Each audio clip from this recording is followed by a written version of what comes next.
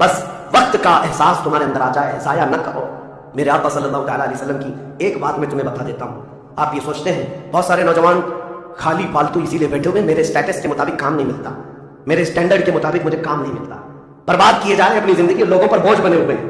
میں ان کے بارے میں بتاتا ہوں۔ سید الانبیاء رسول مختار صلی اللہ تعالیٰ علیہ وسلم اگر وہ چاہے تو روزانہ ان کے گھر جنت کا دسترخوان اترے، اگر وہ چاہیں تو سونے اور چاندی کے محلات میں زندگی گزارے، لیکن جانتے ہو نبی کریم صلی اللہ علیہ وسلم ایک دن سیدہ فاطمہ الزہرا کے گھر آئے، دیکھا حسنین کریمین تاک میں دبکے ہوئے بیٹھے، پیٹ پیٹ سے لگا ہوا، آنکھیں اندر ہیں، حضرت فاطمہ بھی بیٹھی ہوئی، آواز کسی کی نہیں۔ حضور رحمت عالم صلی اللہ علیہ وسلم نے پوچھا فاطمہ کیا حال ہے، گھر میں خاموشی کیوں ہے؟ سیدہ کائنات نے کہا ابا جان پچھلے 4 دن سے ہمارے گھر میں کوئی کھانا نہیں۔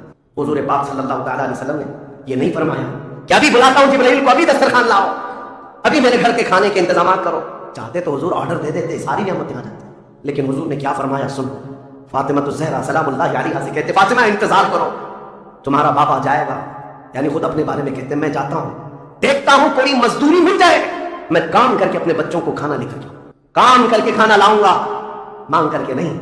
حضور رحمت عالم صلی اللہ تعالیٰ علیہ وسلم جو سید الانبیاء ہیں، جن کے قدموں کا بوسہ جبرائیل امین لیتے ہو، وہ چل کر کے مدینے کے باہر آئے، گرمی کی تپش الگ ہے، دھوپ ہے، باہر آئے، ایک باغیچہ تھا جس میں مالی کام کر رہا تھا، باغبان۔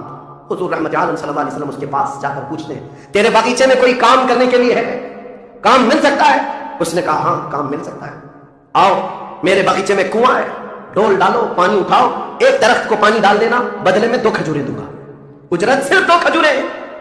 رسول رحمت صلی اللہ تعالیٰ علیہ وسلم فرماتے مجھے منظور ہے۔ گئے اور جا کر اپنے ہاتھ سے رسی لے کر ڈول کنویں میں ڈالا، پانی کھینچتے تھے، جب ڈول بھر کر آتا اپنے کندھے پر اٹھاتے اور درخت پر لے جا کر پانی ڈال کر آتے، ایک درخت پر ایک مٹکا، ایک ڈول پانی ڈالا تو مالک نے 2 کھجوریں دی، باغیچے کے مالی نے 2 کھجوریں دی، دوسرا ڈول اٹھایا پھر کھجوریں ملی، تیسرا ڈول اٹھایا 6 کھجوریں لی، چوتھا ڈول حضور نے ڈالا تھا کہ رسی ٹوٹ گئی، ڈول کنویں میں گر گیا۔ باغیچے کا مالک یہ دیکھتا ہے، وہ پہچانتا نہیں تھا، غصے میں آتے ہی سیدھے حضور پر ہاتھ اٹھا دیا، کہا کہ تمہیں کام نہیں آتا، میری رسی توڑ دیا۔ رسول کریم صلی اللہ تعالیٰ علیہ وسلم نے پلٹ کر کچھ نہیں کہا، اور رحمت عالم صلی اللہ تعالیٰ علیہ وسلم تھے، وہ 6 کھجوریں لے کر کے واپس مدینے آئے، کہا فاطمہ کہاں ہے بچے، کہاں ہے؟ یہی 6 کھجوریں حضور نے لا کر اپنے منہ سے چبا کر ان بچوں کے منہ میں ڈالا اور کہا آج تک روئے زمین پر کوئی نبی ایسا نہیں آیا، 1,24,000 کم و بیش نبیوں میں ہر نبی نے اپنے ہاتھوں کی کمائی کھائی ہے، اپنے عمل کی کمائی کھائی ہے۔ رحمت عالم صلی اللہ تعالیٰ علیہ وسلم نے جب وہ مالک کل ہے، بلکہ جنت کی چابیوں کے مالک، ساری زمینوں کے خزانوں کے مالک، کل جہاں ملک اور جو کی روٹی غذا، اس شکم کی قناعت پہ لاکھوں سلام، وہ لمبے لمبے ہاتھوں سے بھیک دینے والے آقا، سب کچھ ہونے کے باوجود اگر کسی ایک باغیچے میں ڈول اٹھا کر پانی بھرتے ہوں تو اسی لیے نہیں کہ ان کے ہاں کوئی مجبوری تھی، بلکہ امت کو یہ درس دینا تھا، اے امت کے غیور نوجوانوں، تم کبھی خالی نہ بیٹھنا، مجھے دیکھنا اور عمل کرتے رہنا، اور اللہ تعالیٰ تمہیں دروازے رزق کے ضرور کھولے۔ خالی بیٹھے ہوئے وقت برباد کرنے والے لوگوں کو میں اکثر یہ بات سناتا ہوں، اے میرے عزیزوں، مسلمان محلوں میں جہاں سے بھی گزرو حال یہی ہے، حال یہ کہ رات کو 4 بجے تک امتحان، روشنیاں کس بات کے لیے، میاں کیا فکر ہو رہی ہے، کس بات کی یہاں میٹنگ چل رہی ہے، چرچے کس بات کے، امت کی تباہی کے چرچے کس بات کے، گپیں لگ رہی ہوتی ہیں، کچھ نہیں۔ ان دوسری قوموں کو دیکھو جو فجر سے پہلے اٹھ کر کاموں پر بھاگ جاتی ہیں، سورج ڈوبنے سے پہلے وہ گھروں پر آ جاتے ہیں۔ آج تمہارے اخلاق و کردار کسی اور نے لے لی، اڈاپٹ کر لیے، اور تم کو لوگوں کو ایسا چھوڑ دیا گیا بے قائد کے، بے قیادت کے۔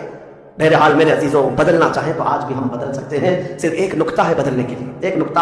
میری باتیں چھوڑ کر مقررین کو سنتے ہو سکتا ہے لوگ یہ کہتے ہیں مولانا لوگ ایسا بولتے ہیں ویسا بولتے ہیں، تمہاری فکریں سب اپنی جگہ پر۔ میرے عزیزوں، میں تو بہت نکما آدمی ہوں، میں تو ایک چھوٹا طالب علم بھی نہیں ہوں، جہالت میرے اندر بھی ہے، لیکن میں آپ کو یہ کہنا چاہتا ہوں اگر دل کے اندر ہلچل مچ سکتی ہے، انقلاب لانے کی فکر آ سکتی ہے، تو ادھر ادھر کی باتیں چھوڑو، آمنہ کے لال کی طرف دیکھو، حضور اکرم صلی اللہ تعالیٰ علیہ وسلم کی طرف تمہارا دل متوجہ ہو گیا تو میں کہتا ہوں تمہاری دھڑکنیں تیز ہو جائیں گی، تم بدل لو گے اپنی زندگی کو، اور اس کے بعد ایک دن آئے گا پھر تم یہ پکار کر کہو گے جو بریلی والے نے کہا تھا، یا رسول اللہ دہن میں زبان تمہارے لیے، بدن میں ہے جان تمہارے لیے، ہم آئے یہاں تمہارے لیے، اٹھے بھی وہاں حضور کے لیے جینے کا سلیقہ مل جائے گا۔ لیکن شرط صرف اتنی ہے، آج سے ایک وظیفہ دے کر کے جا رہا ہوں جمعہ کو، پہلے بھی میں نے ایک بار کہا تھا جب بھی جمعہ آئے گھر پر اب جاتے ہیں، گھروں میں اچھا کھانا بنتا ہے، میرے عزیزوں اپنے بچوں کو لے لو، بیٹھ جاؤ دسترخوان پر، لیکن گھر میں یہ قانون لگا دینا، بیوی بھی بیٹھے، ماں بھی بیٹھے، بہن بھی بیٹھے، بچے بھی بیٹھے، جس کے گھر میں جتنے لوگ ہو